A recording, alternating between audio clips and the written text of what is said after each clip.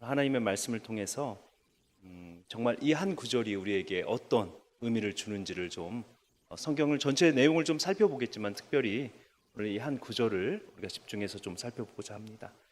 자, 이 구절을 그냥 설명을 하고 가겠습니다. 태초에 하나님께서 히브리어 원어 그대로 보니까요, 하나님께서 하늘을 만드셨고 그리고 땅을 만드셨다라는 의미입니다. 그 다음에 이후에 하나님께서 어떻게 하늘과 땅을 만드셨는지를 설명하고 계시는데요, 이 구절 자체가 의미하는 것이 태초에라고 하는 이 단어가 사실은 시간을 의미하는 그런 어떤 레이시트 앞에, 히브리어의 이제 레이시트라고 하는 이 단어 앞에 전치사 in이라고 하는 버라고 하는 걸 붙여서 버레이시트 이렇게 이야기를 합니다. 그래서 히브리어 원어로 하면 버레이시트 바라 엘로힘 에트 하샤마임 버 에트 하아라츠, 이게 이제 창세기 1장 1절입니다. 그런데 이 구절 안에 사실은 성경에서 가지고 있는 모든 문제들의 답을 다 이 구절이 담고 있는 거예요. 그래서 이 버레이시트라고 하는 이 단어 자체가 기본적으로는 시간에 있어서 가장 처음을 의미하는 게 맞습니다. 그러나 단순하게 시간의 문제가 아니고 이 단어는 적어도 세 가지의 의미를 가지고 있습니다. 첫 번째는 시간에 있어서 첫 시간, 이런 의미고, 두 번째는 있어서는 가치에 있어서 최고의 가치라는 뜻입니다. 그다음 세 번째는 삶의 순서에 있어서 토대라는 뜻입니다. 창세기 1장 1절이기 때문에 이것을 그냥 태초에라고 번역을 해놨지만, 사실은 이 단어가 뒷부분의 성경의 모든 문제들이 해결되어질 때 결국은 창세기 1장 1절 안에서 모든 삶의 문제, 나라의 문제, 인류의 모든 문제가 사실은 이 본문 안에서 해결되도록 그렇게 하나님께서 만드셨습니다. 욥도 마찬가지고요, 전도자도 마찬가지고요, 이사야에서 보면 이스라엘 백성도 마찬가지. 43장에 보면 창조주, 세상을 만드신 창조주 하나님께서 오늘날 너희를 바라보시면서 너희를 회복하기를 원하신다. 욥은 그 고난 가운데에서 자기 자신의 신학과 무엇을 가지고도 해결되지 않는 내가 왜 고난을 당하는가 라고 하는 이 문제 앞에서 창조주 하나님께서 38장에 등장하셔서 내가 세상을 만들었을 때 네가 거기 있었니? 세상의 모든 이치를 네가 다 안다고 할 수 있어? 어떻게 너의 고난, 그것이 너의 이해 안에 머물 수가 있어? 창조주 하나님은 더 큰 뜻을 가지고 세상을 만드셨고 지금까지 붙들고 오신 하나님이에요.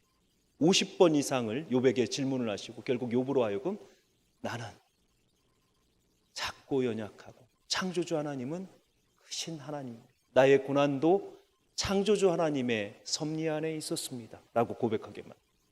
전도자가요, 전도서에서 보면 자기 인생의 어떤 그 의미를 찾지 못해서 인생을 허무하다라고 이야기를 하는데, 결국은 그의 인생 가운데서 그가 사람 모든 인생을 뒤돌아보면서 인생의 결론을 내릴 때 12장에 보니까요, 내가 어려서 젊었을 때부터 너의 창조주를 기억하라. 이게 인생을 가장 의미 있게 살아가는 방법입니다. 그러니까 모든 곳에서 하나님께서 이 세상을 만드셨고 저와 여러분의 삶의 주인이십니다라고 하는 그 고백의 신앙이 나온다면, 비록 우리의 삶이 이 땅에서 힘들고 어려울지라도 우리는 그 가운데에서도 기쁨, 의미, 목적, 우리 삶의 굉장히 방향들을 찾아낼 수 있다라는 거예요.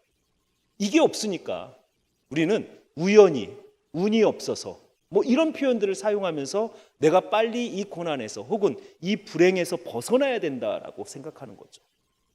실제로 성도의 삶 가운데 일어나는 어떠한 일도 우연이나 혹은 불행은 없습니다. 창조주 하나님의 섭리와 손길 가운데서 모든 일들이 일어나고 있다는 거예요. 그래서 오늘 이 본문에 하나님께서 하늘과 땅을 만드셨다라는 이 사건이 우리 삶의 가장 첫 시간에 고백되어야 될 우리의 신앙 고백이고, 더 나아가서 우리 삶의 최고의 가치에 둬야 될 우리 삶의 가장 귀한 진리이며, 혹은 여러분들이 지금 살고 있는 여러분들의 삶의 가장 토대에 놓고 우리가 발을 딛고 서야 되는 진리의 반석입니다. 그래서 정말 창조주 하나님을 여러분들의 삶 가운데서 고백하고 만날 수 있다면 이후의 삶 가운데서 여러분들이 경험하는 어떠한 일도 여러분들에게는 더 이상 두려워할 것이 아닙니다. 이렇게 우리가 하나님의 그 말씀을 좀 붙들고 창조주 하나님께서 성경에 그러면 어떻게 또 나타나시는지를 우리가 좀 살펴봐야 될 시간입니다. 지난 시간에 이어서 우리가 이제 성경을 어떻게 읽을 것인가라는 그 이야기를 좀 하도록 하겠습니다. 지난 시간에 저희가 성경이 정경성이라고 하는 하나님의 말씀이 하나님의 말씀으로 인정되어져 가는 과정에 대해서 설명을 했습니다. 그래서 학자들은 이렇게 인정되어져 가는 과정 자체가 상당히 인간들의 종교회의에 의해서 성경의 권수가 결정이 되었다라고 하는데, 사실은 이전부터 성령 하나님의 그 능력으로, 그러니까 하나님의 말씀을 기록하시고 이걸 보존하시고 이후에 우리에게는 이것을 조명하셔서 우리로 하여금 깨닫게 하시는 모든 역사가 사실은 성령 하나님의 역사십니다. 그러니까 우리가 성경을 읽으면서 기도하지 않고 성경을 읽고 이해하겠다라고 하는 시도가 얼마나 어리석은 시도인지를 사실은 알아야 돼요. 그러니까 기도하는 것과 말씀을 읽는 것이 분리되는 순간 말씀을 읽는 자들은 교만해질 수밖에 없어요. 내가 많이 한다는. 그다음 기도만 하는 자들은 삶이 널뛰기를 하는 거예요. 소위 우리가 여러분들의 그 기도발이 올라서 정말 은혜가 충만할 때는 세상의 모든 것을 다 짊어지고 갈 듯. 그런데 뚝 떨어지는 신앙의 침체기가 오면요, 모든 것을 다 포기하는 것입니다. 말씀과 기도는 사실은 함께가, 그 이유가 뭐냐면 성령 하나님께서 말씀의 주인이시고 또 성령 하나님께서 말씀의 교사이셔서 우리가 기도하면서 말씀을 읽을 때 비로소 하나님께서 그 말씀의 진짜 의미를 깨닫게 하십니다. 이건 학자들이나 성도님들이나 동일합니다. 목회자들이나 동일한 원리예요. 그래서 이러한 측면에서 우리가 하나님의 말씀이라고 하는 것이 처음 쓰여졌을 때도 우리는 성령 하나님의 영감, 이거 하나를 못 붙들어서 한국의 신학교들, 전 세계의 신학교들, 유럽의 교회들, 미국의 교회들이 이 진리 하나를 못 붙들어서 다 무너지고 있습니다. 성경이 성령 하나님의 영감으로 기록된 정확한 하나님의 말씀이다. 이 진리 하나를 못 붙들면 사실은 기독교는 다 무너지게 돼 있어요. 왜냐하면 이 토대 위에다가 성도의 삶과 하나님과의 관계와 구원에 관한 모든 것들이 이 말씀의 토대 위에 쓰여져 있기 때문에 이 성경 말씀이 하나님의 말씀이 아니다라고 하는 순간 기독교는요, 전락하고 무너질 수밖에 없습니다. 그러니까 이 진리를 붙드는 것이 그만큼 중요한 거예요. 자, 그런데 실질적으로 보면 이 진리를 붙들기에 우리의 환경은 그렇게 만만치는 않습니다. 왜냐하면 성경 안에, 여러분들이 성경을 읽다 보면 성경 안에 오류처럼 보이는 많은 일들이 있기 때문이에요. 날짜에 관한 것, 시기에 관한 것, 연도에 관한 것, 표현에 관한 것, 다양한 것들이 성경 안에서도 서로 상충합니다. 그렇기 때문에 이게 진짜 어떤 말이 진짜야? 예를 들어 볼까요? 사무엘하 24장 1절에 보면 다윗이 인구조사를 하는 그 이야기를 하면서 뭐라고 이야기를 하냐면 하나님께서 다윗을 충동하여, 이렇게 되어 있습니다. 근데 역대상 21장에 가보면 어떻게 되냐면 사탄이 다윗을 충동하여 백성의 수를 세게 하였다. 두 개의 성경의 본문에서 사무엘하와 역대기에서 서로 다른 표현을 하고 있는 거예요. 동일한 인구조사를 놓고. 자, 그러니까 많은 학자들은, 자유주의 학자들은 이것은 원래 성령 하나님의 정확무한 말씀이 아니고 이곳저곳에서 떠돌았던 여러 가지 자료들을 그냥 막 섞어 놓다 보니까 이렇게 편집상 오류가 생긴 것이다, 이렇게 주장하고 나오는 거죠. 자, 그러니까 성경이 하나님의 말씀이다라고 하는 것을 증명하기보다는 성경에 오류가 많다라고 하는 것을 증명하는 것이 사실 훨씬 쉽습니다. 그래서 많은 신학교가, 많은 학자들이, 많은 목회자들이 성경은 하나님의 말씀이 아니다라고 이미 결론을 내리고 들어가는 거예요. 자, 그래서 우리가 이제 지금 살펴봐야 될 문제는 이 성경의 많은 책들이 하나님의 말씀으로 들어오게 되었던 정경화 과정에 성령 하나님의 역사하심이 분명히 있었다라는 것. 자, 그러면 우리가 성경을 어떻게 신뢰할 수 있는가라고 하는 거죠. 지금 우리가 가지고 있는 이 하나님의 말씀을 정말 하나님의 말씀으로 신뢰할 수 있는가라고 하는 문제입니다. 왜냐하면 한글 성경은요, 번역본입니다. 원래 성경이 쓰여졌던 그 텍스트 그대로를 우리가 가지고 있는 것이 아니고 원본은 없습니다. 모세가 썼던 것, 이사야가 썼던 것, 그 다음에 그 외에 어떤 것도 성경의 원본은 한 조각도 없습니다. 그러면 우리는 성경을, 그러면 이 지금 우리가 가지고 있는 이 성경이 하나님의 말씀이라는 걸 원본이 없는데 어떻게 할 수 있습니까? 사실 이 문제를 우리가 좀 정직하게 좀 고민해 봐야 돼요. 무조건 덮어놓고 아유, 하나님이 주신 말씀이지 출판사에서 오직 잘 찍어냈겠어. 오타 없이. 오타가 아니고 오류입니다. 진짜 처음 하나님께서 말씀하셨던 그 말씀이 그대로 저와 여러분들이 가지고 있는 이 성경 안에 반영되고 있느냐라는 거죠. 자, 그래서 이것을 여러분들이 그냥 덮어놓고 믿을 게 아니고 좀 한번 설명을 좀 해드리도록 하겠습니다. 왜냐하면 아셔야 돼요. 아셔야 되는 게 앞으로 자유주의의 물결이 치면 칠수록 결국은 성경이 오류처럼 보인다라고 하는 그 근거를 성경의 사본들을 가지고 많이 앞으로 이야기할 것입니다. 그렇기 때문에 제가 여러분들에게 짧은 시간이지만 지금 우리가 가지고 있는 성경이 어떻게 하나님의 말씀으로 모아졌는지에 대한 이야기를 좀 하도록 하겠습니다. 자, 성경이 처음 사용되었던 원본은 지구상에 현재 존재하지 않습니다. 그래서 우리는 지금 현재 가지고 있는 성경이 그러면 어떻게 우리 손에 오게 되었는가라고 하는 사본 어떤 그런 역사를 좀 살펴봐야 되는데요. 가장 중요한 것은 원본이라고 하는 원본이 원래 있었어요. 보통 이걸 이제 학자들은 우르 텍스트라고 이야기를 합니다. 가장 원본이라는 뜻입니다. 원본이 있었는데 이 원본이 서기관들의 전통에 따라서 그리고 이스라엘 백성들이 족장을 중심으로 에브라임 지파 무슨 지파 흩어지면서 레위 사람들을 따라서 보내서 그 레위 사람들이 이 말씀을 가지고 그 그 지파들을 가르치도록 되어 있기 때문에 이것을 끊임없이 복사를 했습니다.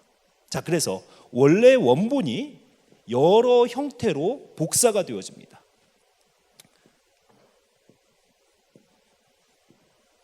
자, 복사본이죠. 자, 그런데 이 복사된 것이 원본과 어떻게 일치한다는 것을 어떻게 합니까? 우리가 서기관이라고 하는 사람들이 복사를 할 때 어떤 식으로 복사를 했냐면요.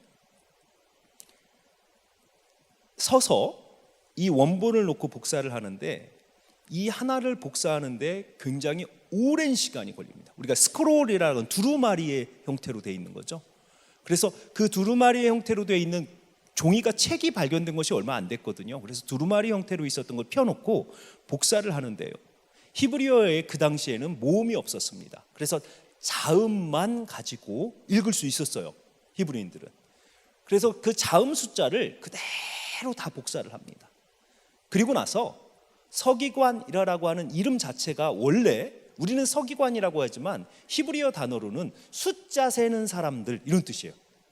왜냐하면 왜 숫자를 세는 사람이냐면 그 자음을 다 복사를 해놓고 맨 마지막에 그 숫자를 다 세는 거예요.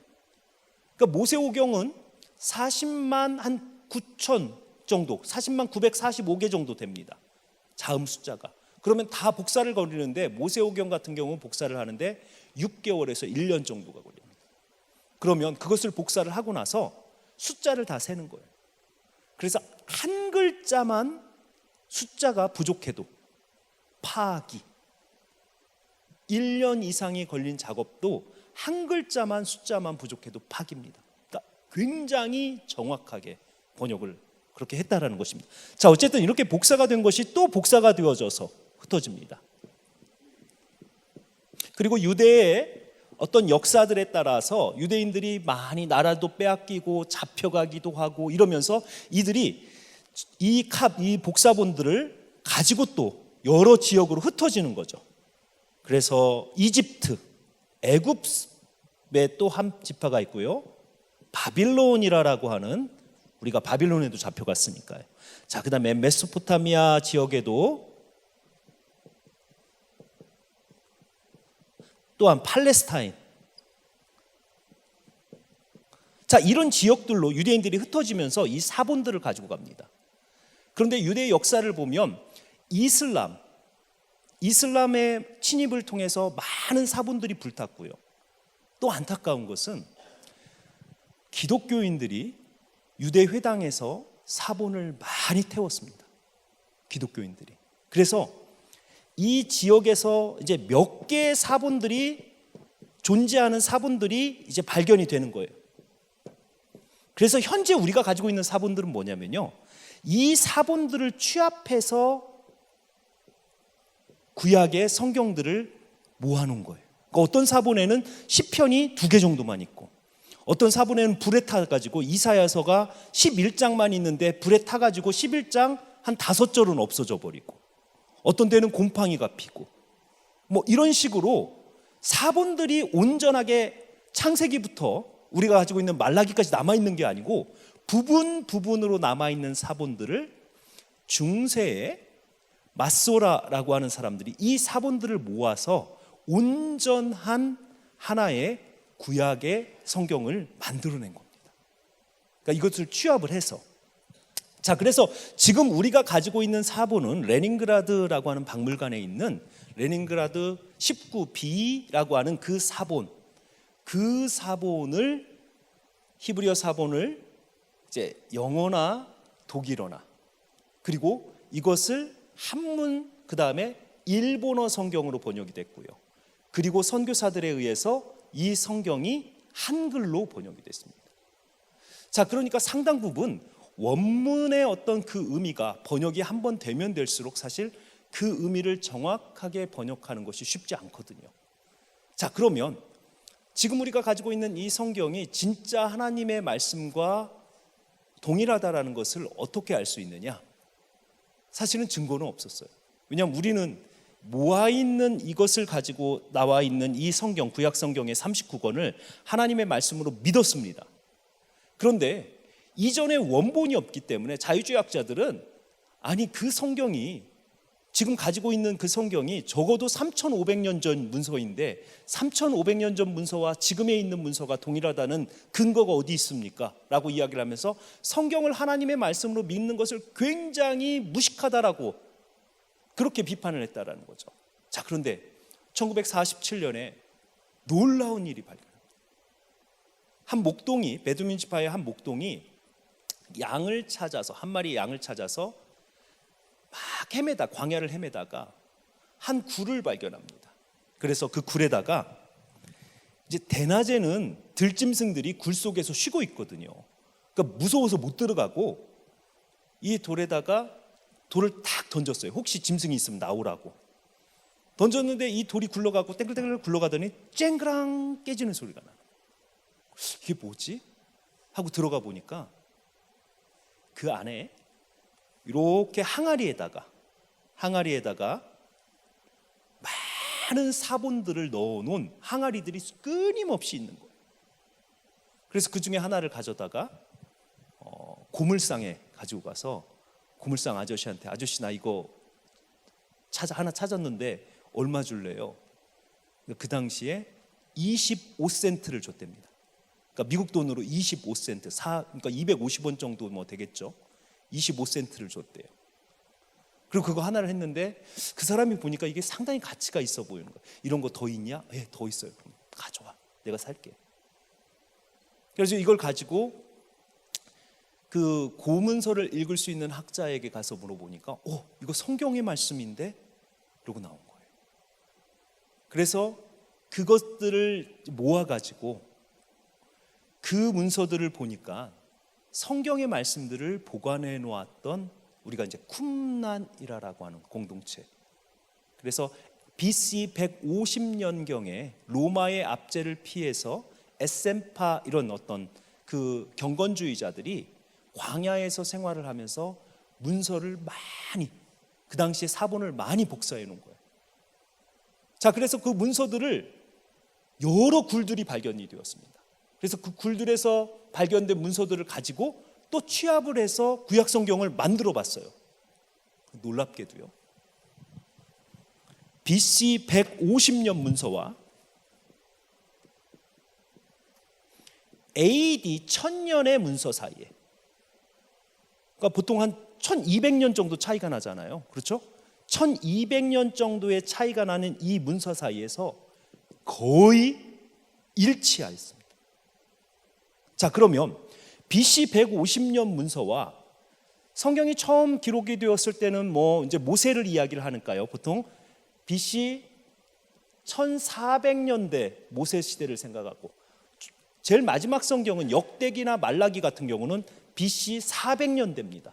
자, 그럼 150년하고 400년은 겨우 250년 정도밖에 차이가 나지 않아요. 그러니까 1200년의 문서가 정확하다면, 그러면 이 서기관들의 전통에 따라서 250년이나 뒤로 원본에 가까운 1400년도는 훨씬 정확한 거예요.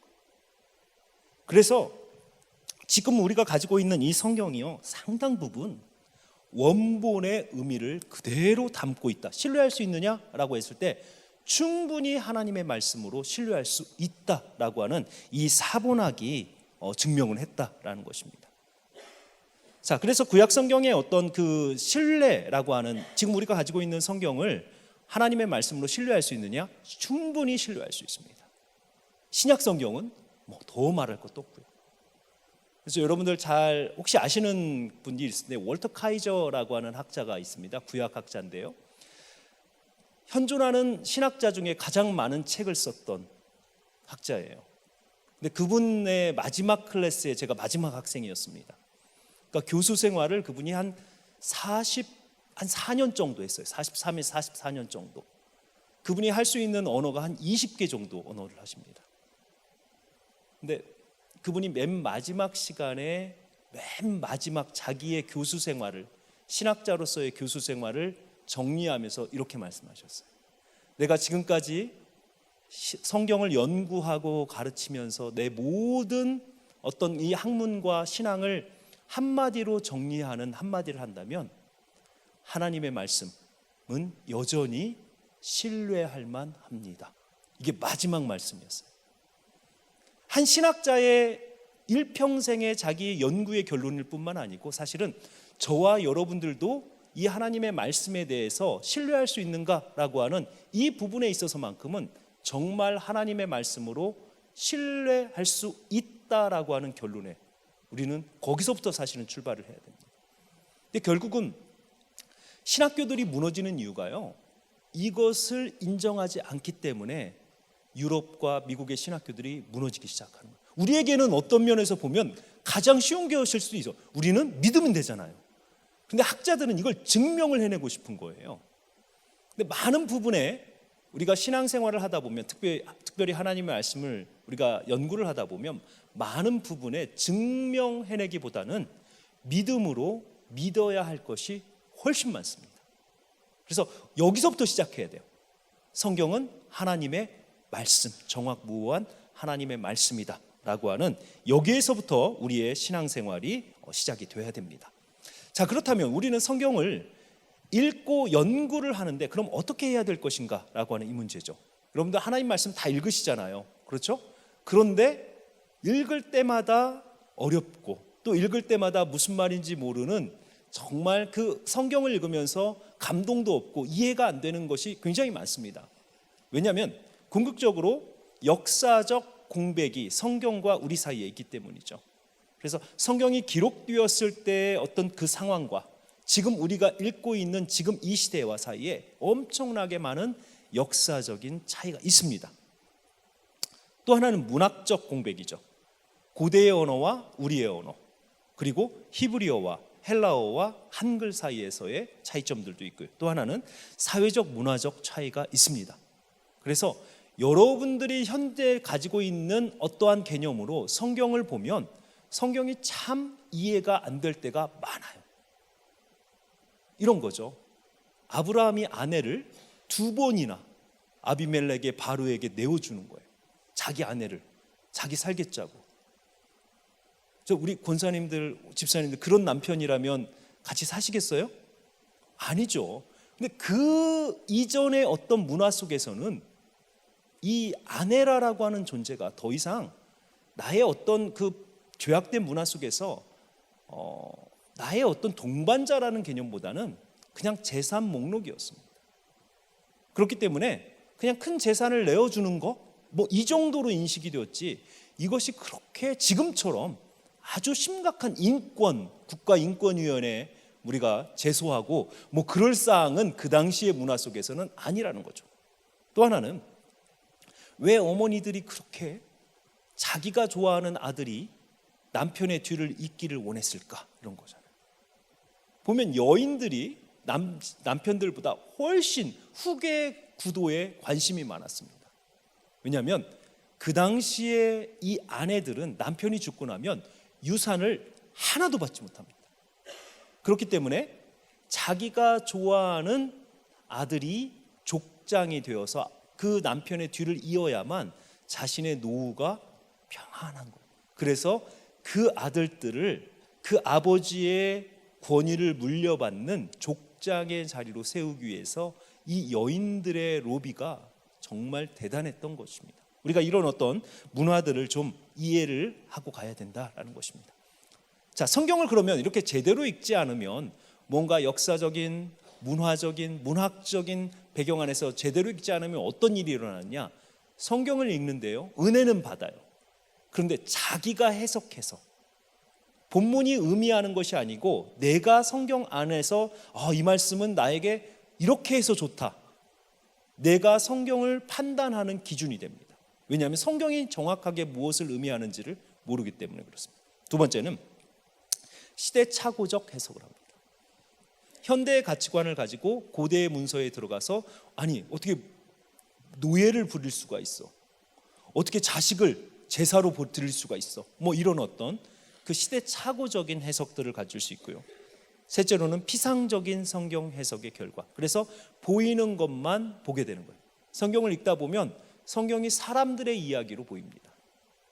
누가 누구를 낳고 그다음에 누가 어디로 가고 누가 무엇을 행했고 라고 하는 사람들의 이야기로만 보입니다. 그러나 실질적으로 성경 안에서 겉모양이 아닌 실질적으로 역사를 움직이고 있는 것은 사람들이 아니고 하나님이십니다. 그 하나님의 손길을 볼 수 있어야만 성경이 여러분들에게 삶의 정경, 잣대, 표준으로서 의미가 있게 되는 거죠. 사람들의 이야기를 고대의 아브라함이 무엇을 했고 야곱이 무엇을 했고 이것이 지금 여러분들에게요, 사실 위인전 하나 읽고 나서 이순신 장군이 용감하게 나라를 구했다, 이거나 아브라함이 믿음으로 하나님 앞에 나아갔다, 큰 차이가 없는 거예요, 우리 입장에서 볼 때는.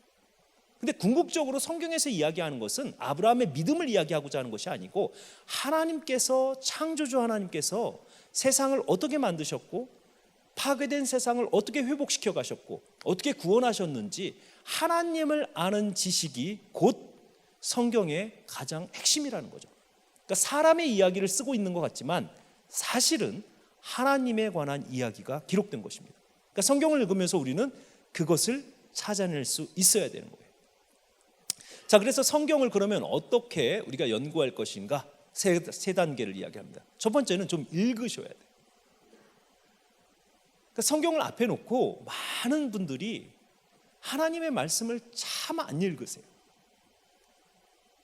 내 발의 등불이다, 빛이다라고 고백은 하면서 정말 어두운 곳에서 한 발을 못 딛고 있는 인생 가운데에서 말씀을 안 읽어요. 그러니까 여전히 어둠 가운데에서 어디로 갈지 모르고 헤매고 있는 인생이 되는 거죠. 성경과 기도의 특징이 있죠. 가장 먼저 기도도 해야 되고요, 성경도 읽어야 돼요.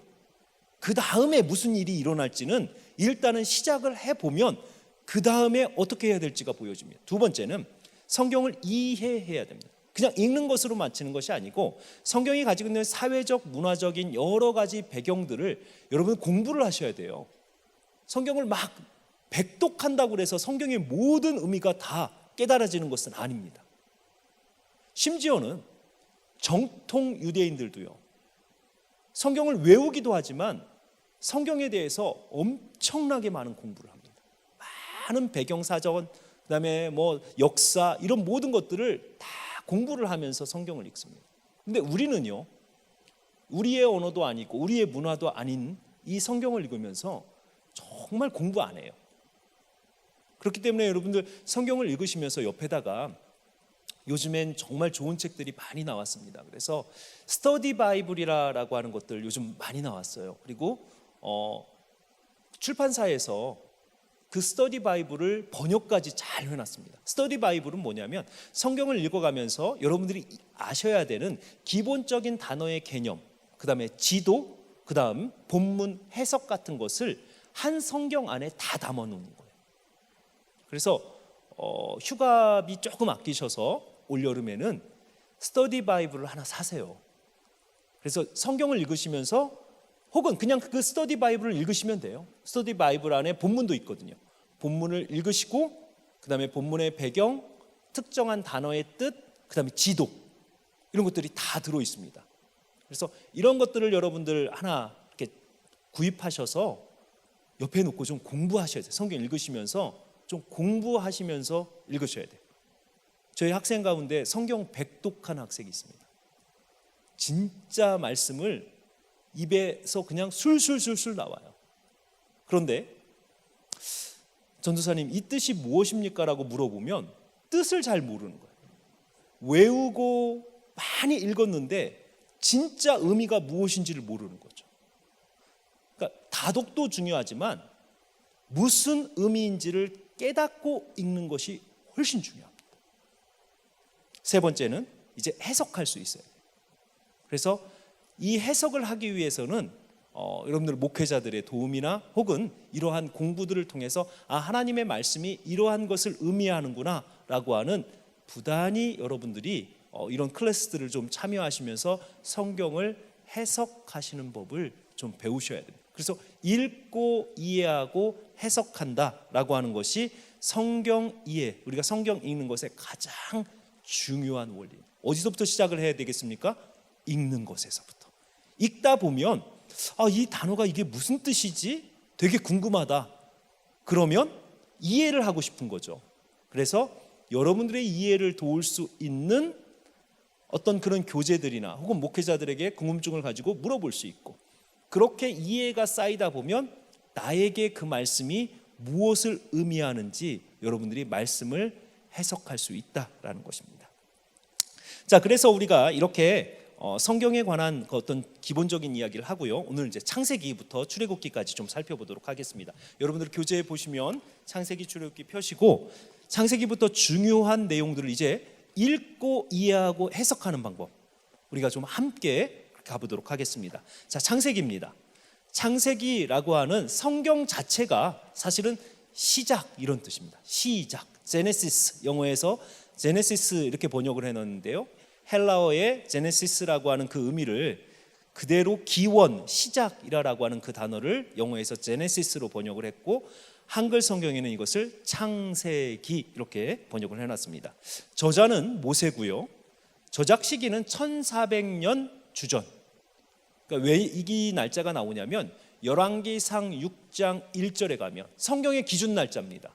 성경에 우리가 날짜의 기준을 삼을 수 있는 날짜가 성경이 몇 년도에 어떤 사건이 일어났는지 알 수 있는 기준 연도가 어딥니까? 라고 하면 여러분들 열왕기상 6장 1절.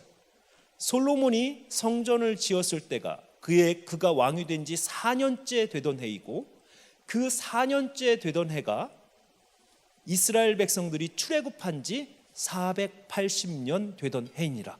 이게 모든 성경의 앞 뒤의 날짜를 결정하는 기준점입니다. 그래서 여기에다가 이제 날짜들을 합하는 거예요. 자, 그래서 1446년, 966년이 솔로몬의 즉위가 970년인데 이건 어떻게 증명이 됐냐면 다른 나라 문서에, 성경이 아닌 아시리아나 고대 근동 그 당시에 이스라엘 주변에 있었던 나라들의 왕의 연대기에 솔로몬이 왕이 되었던 연도가 기록이 되어 있습니다. 그래서 이것은 역사학자들이 증명해내서 970년이 솔로몬이 왕이 되던 때다. 이건 증명이 된 거예요. 자, 그래서 4년째가 되니까 966년이 되는 거죠. 기원은 줄어들잖아요. 그러니까 966년. 여기에다가 480을 더하면 이스라엘 백성들이 출애굽한 날짜가 됩니다. 이것이 기원전 1446년입니다. 자, 그 다음부터는 우리가 이제 여기다 숫자를 더하면서 위로 올라가는 거예요. 역사서에 이제 할 때 우리가 좀 배우겠지만 위로 올라가다 보면 하나님이 우리가 최고로 연도를 측정할 수 있도록 우리에게 허락하신 최고의 연도가 어디까지냐면 아브라함이 몇 년생인가 여기까지예요.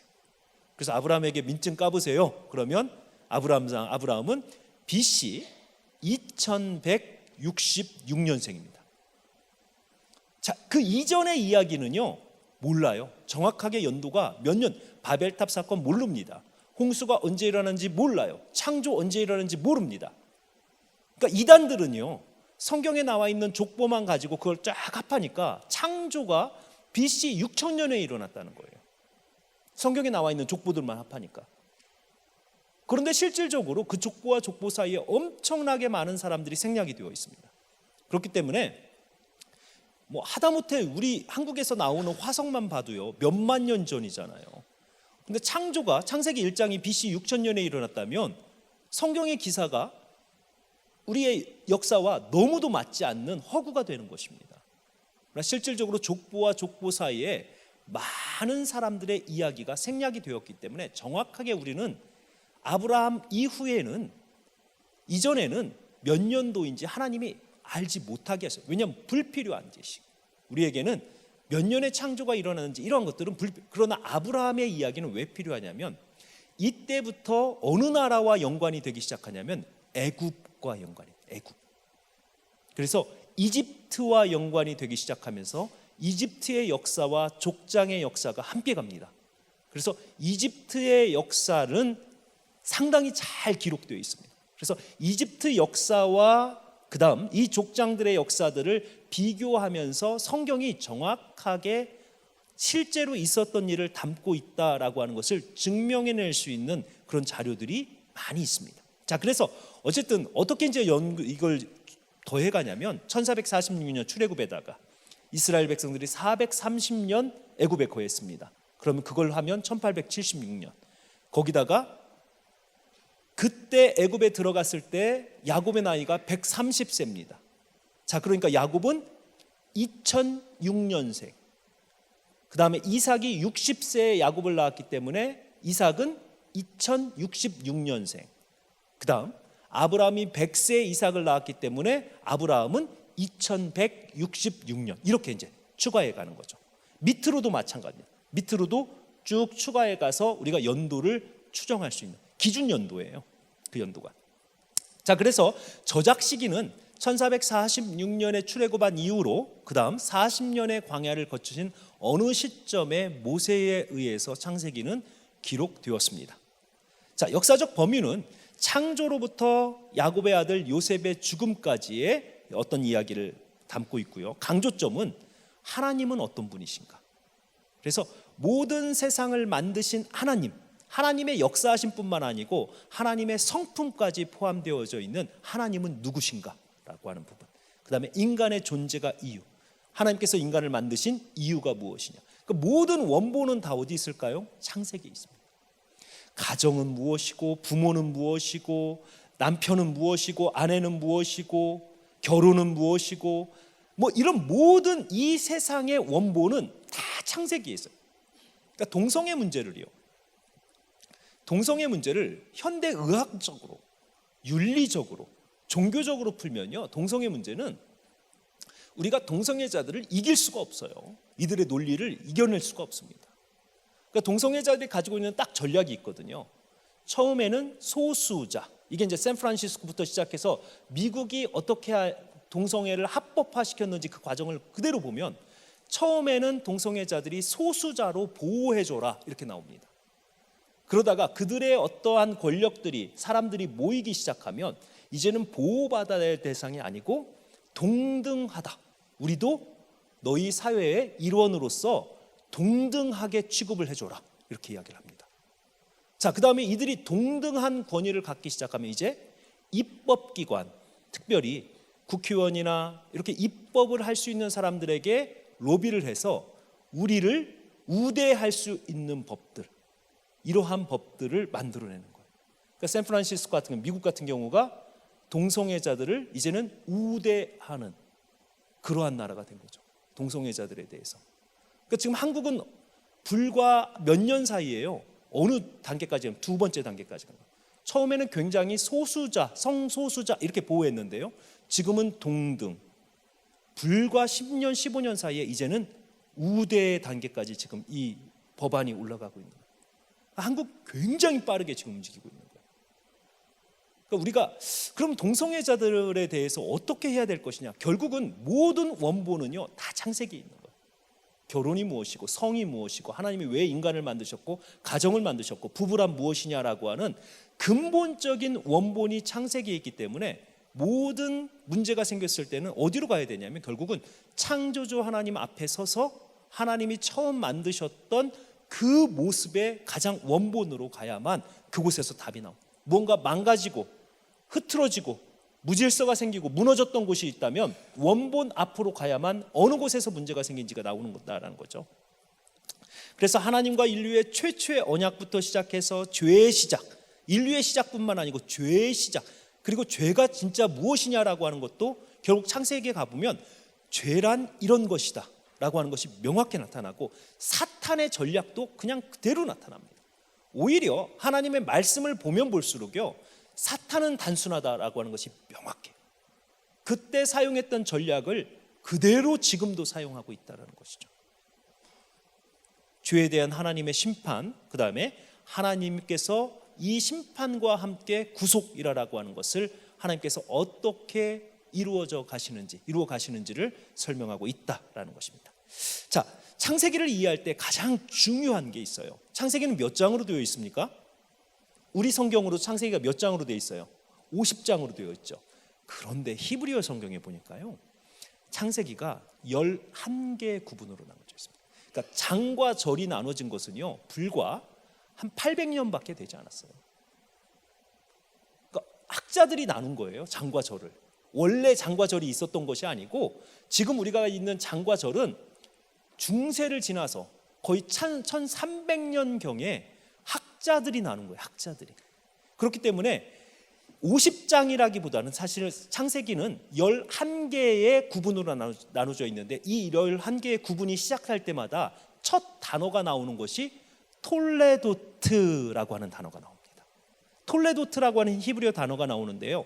이 단어의 의미는 뭐냐면 뭐뭐의 계본이라, 뭐뭐의 내력이니라, 뭐뭐의 족본이라라는 거예요. 톨레도트를 이렇게 다양하게 번역을 합니다. 그래서 여러분들 그 책에 보면 내용 개요에 보면 톨레도트의 이야기가 나오는데 신학적 관점을 기준으로라고 하는 거기에 보면 원역사 창세기 1장에서 11장까지의 톨레도트가 6개가 나오고요.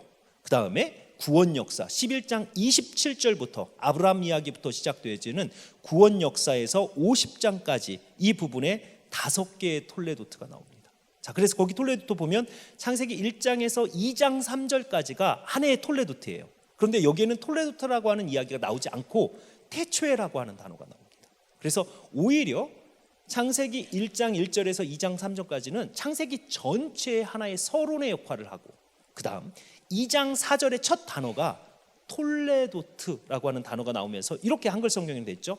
천지와 만물이 다 이루어지느라 라고 하면서 2장 4절을 보니까 이것이 천지가 창조될 때 하늘과 땅의 내력이니 라고, 내력으로 번역된 것이 사실은 톨레도트니, 그래서 하늘과 땅의 족본이라 라는 거죠. 자, 이렇게 톨레도트가 쭉 이어지면서 두 번째는 아담 자손의 톨레도트, 그 다음에 노아 자손의 톨레도트, 그 다음 셈, 함, 야벳 자손의 톨레도트, 그 다음 셈 자손의 톨레도트에 집중하게 되고요. 그 다음 11장부터 데라 자손의 톨레도트. 그러니까 데라 자손의 톨레도트면 사실은 아브라함 이야기인 거예요. 그래서 아담 자손의 톨레도트면 셋에 관한 이야기고요.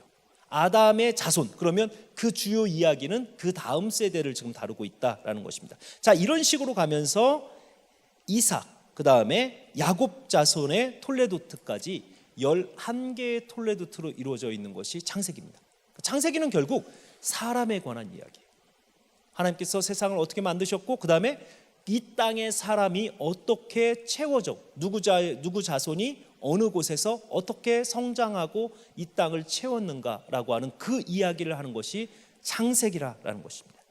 자, 시간상으로 보면 창세기 1장에서 11장이 훨씬 많은 어떤 시간의 그 기간을 이야기를 하고 있지만 사실 흐름은 굉장히 짧습니다. 그러나 창세기 12장부터 그 이후의 이야기는 불과 몇백 년의 이야기를 다루고 있거든요.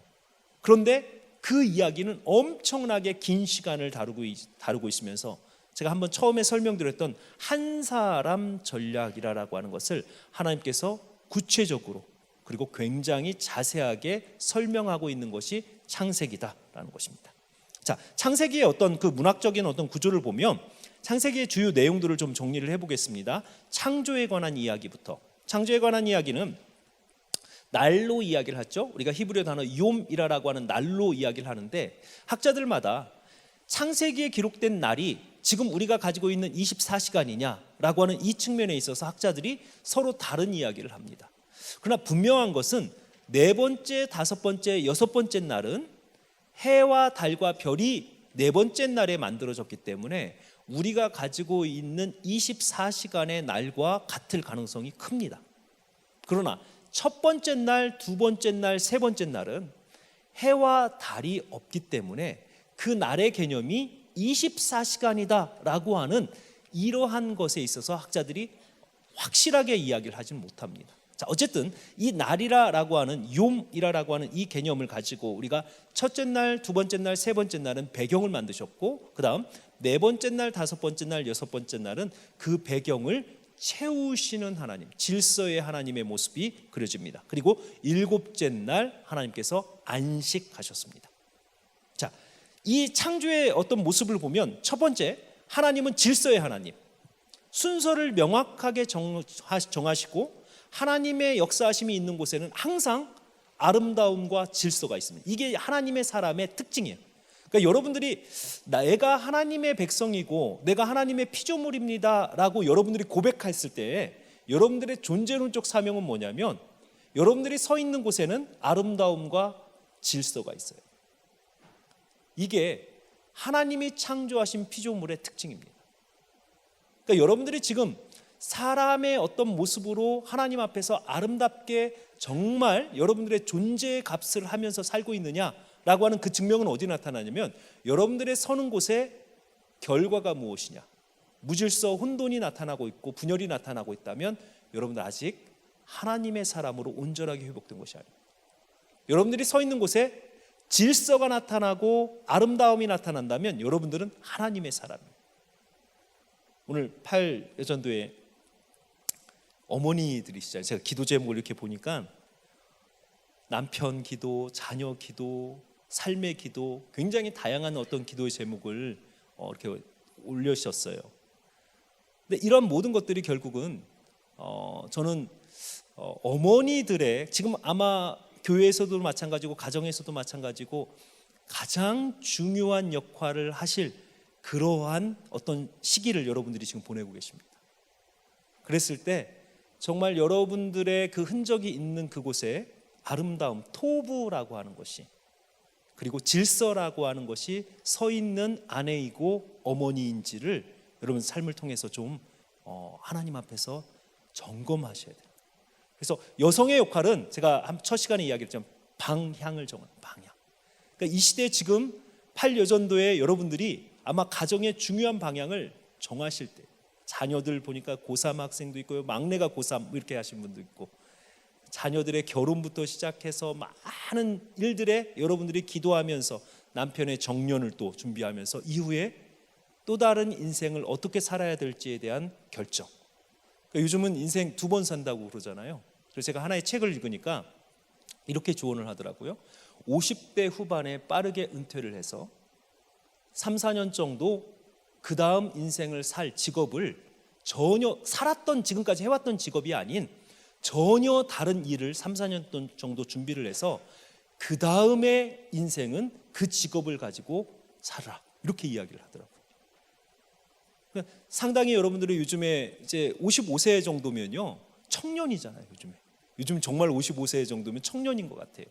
그 다음에 80세까지 여러분들 사신다면 25년 정도의 인생을 한 번 더 사시는, 그러니까 똑같은 일을 평생 하는 것이 아니고 조금 일찍 정년을 맞고 이렇게 조언을 사는 그런 책을 읽은 적이 있습니다. 어쨌든 그 방향도 지금 여러분들이 심각하게 기도하시면서 결정해야 될, 자, 그래서 질서와 아름다움, 이것이 아마 우리 팔려전도회 여러분들의 어떤 기도에 하나님께서 응답하시는 귀한 하나님의 그 응답일 줄 믿습니다. 그래서 내 가정의 질서, 그 다음에 내 가정의 아름다움, 나와 나의 남편의 삶에 있어서 질서와 아름다움이 회복되어지는, 이게 이제 하나님의 피조, 하나님이 만드신 피조물의 증거거든요. 삶의 증거.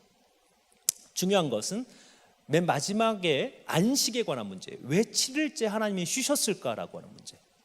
하나님이 너무 힘들어가지고 야 좀 쉬자 하루, 뭐 이렇게 하신 것은 아니고 분명하게 안식이라고 하는 그 초점에 사람이 있다는 거죠. 예수님도요, 안식이 누구를 위해서, 안식은 사람을 위해서 하나님께서 주신 것이다 라고 이 말씀을 하시거든요.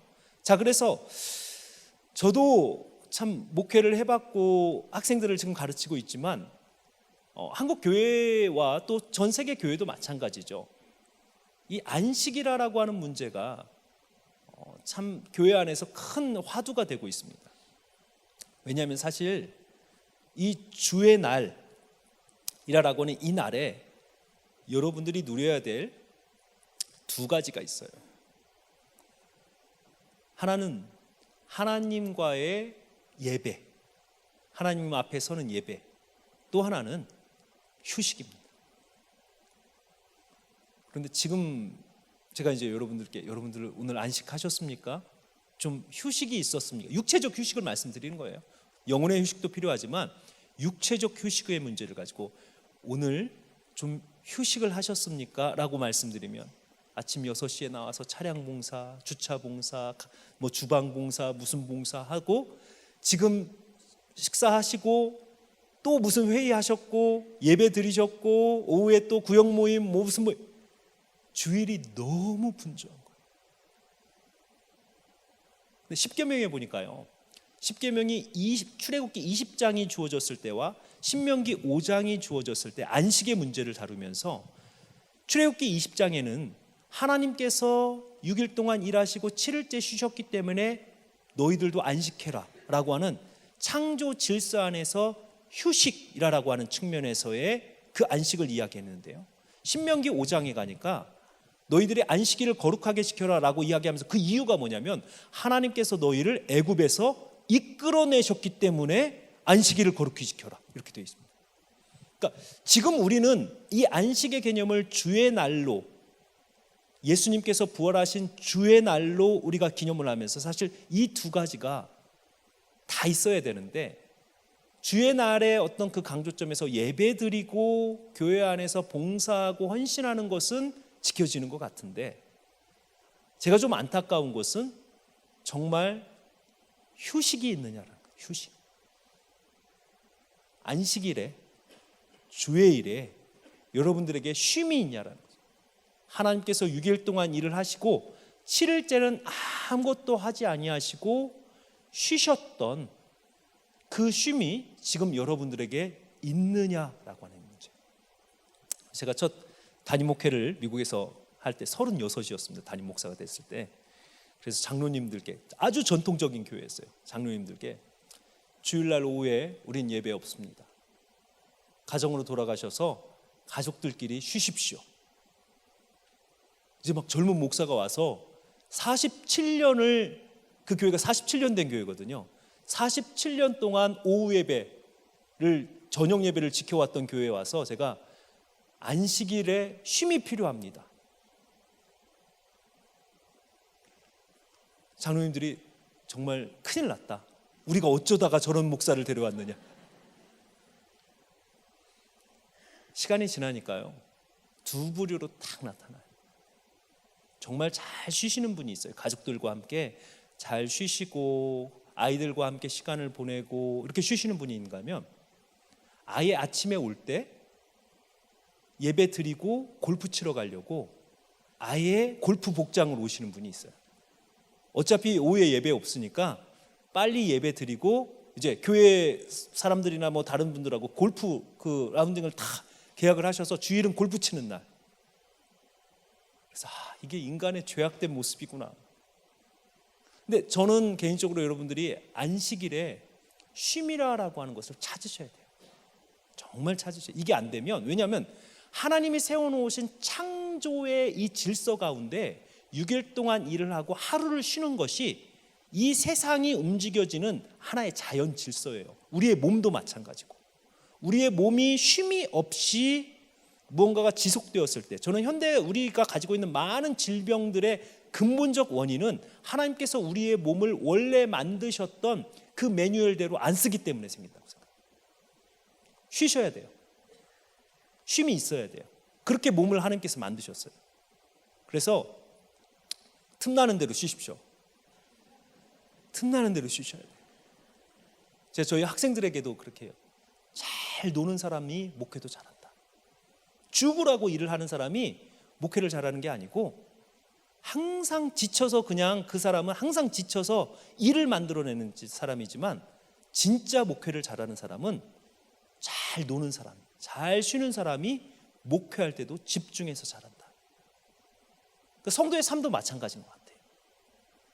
그러니까 하나님이 쉬시라는 그 어떤 그 주의 날에, 안식에 여러분들 틈내서 꼭 쉬십시오.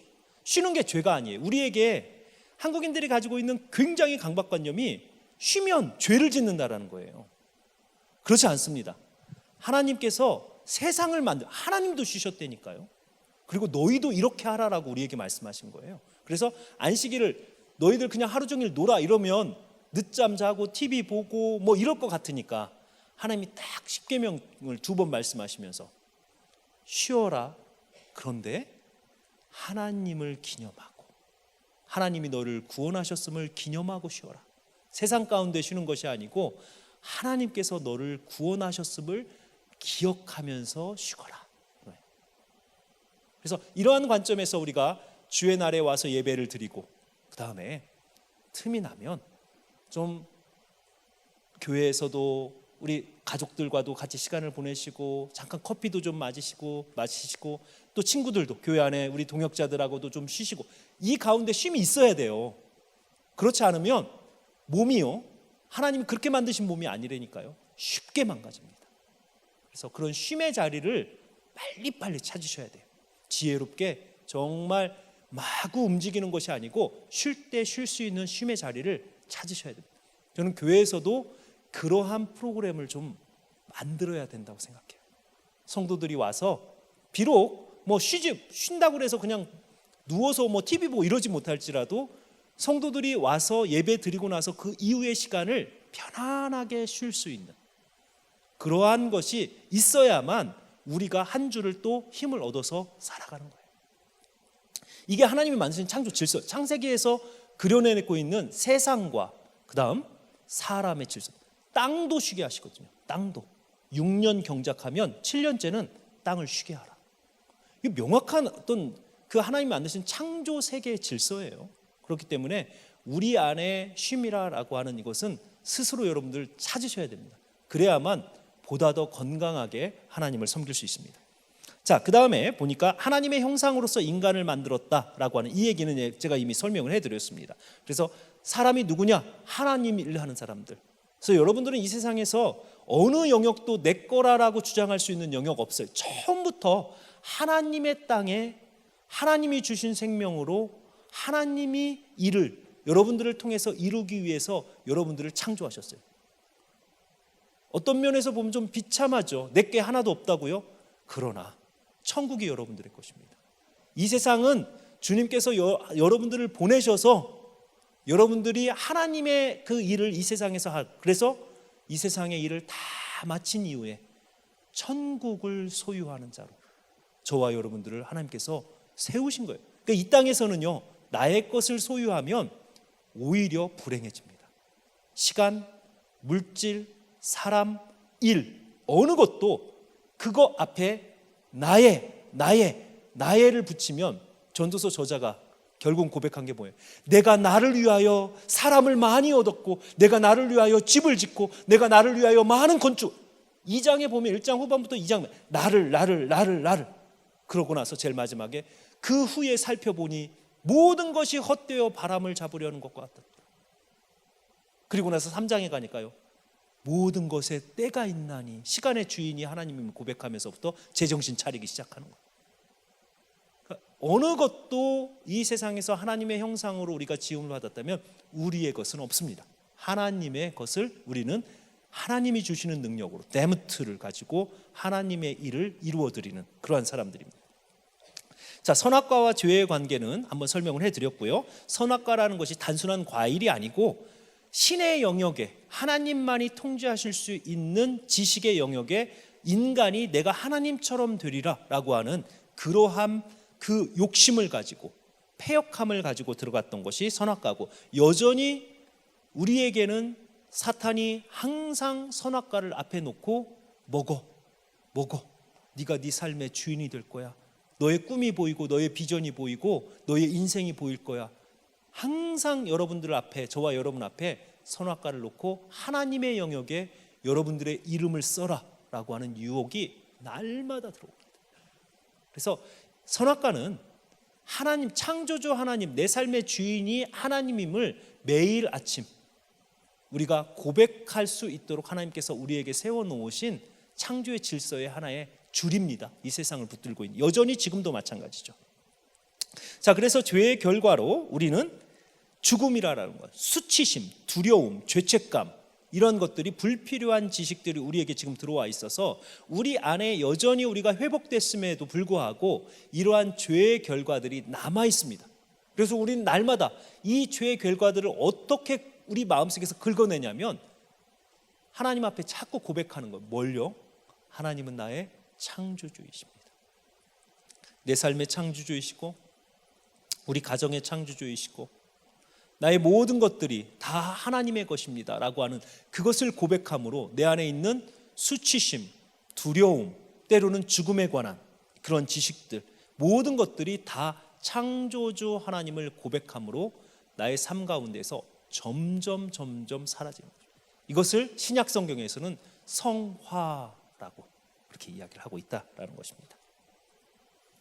자, 오늘 또 시간이 또 이렇게 지났습니다. 그래서 오늘 여기까지 하고 다음 시간에 저희 창세기 좀 뒷부분 여자의 창조부터 다시 좀 하도록 하겠습니다. 그래서 이제는 이제 책으로 직접 들어가기 때문에 여러분들 창세기부터 그 책 내용들을 좀 읽어 오셔야 돼요. 그래서 책의 장수를 제가 그대로 가는 것이 아니고 책에서 중요한 문제들만, 창세기면 창세기에서 중요한 문제들만 제가 체크를 하고 갑니다. 출애굽기에서도 출애굽기 구조 전체 보고 중요한 문제들만 체크하고 가기 때문에 여러분 이제 읽어 오셔야 됩니다. 그래서 속도가 좀, 이제 진도의 속도가 좀 빠르게 가도록 하겠습니다.